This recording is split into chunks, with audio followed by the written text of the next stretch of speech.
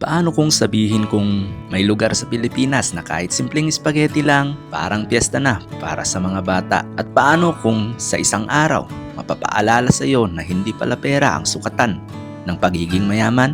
Tara, samahan nyo kami hanggang dulo. Saan ba yun, be? Pagonsino Pagonsino. Elementary School. Pagonsino Elementary School. Bagabag.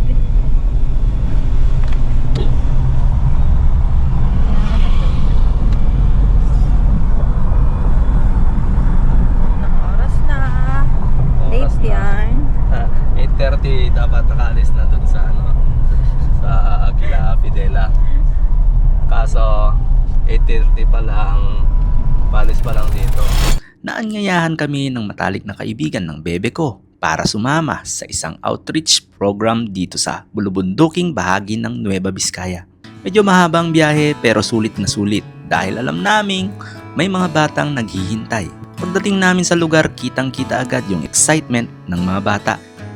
Simple lang naman ang handog pero para sa kanila, malaking bagay na iyon. Nabigay kami ng mga gamit para sa mga estudyante.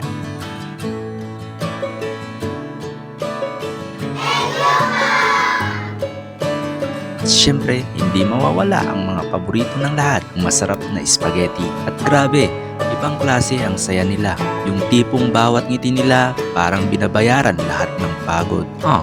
Hindi lang pagkain at gamit ang meron. Nagkaroon din ng mga games at activities.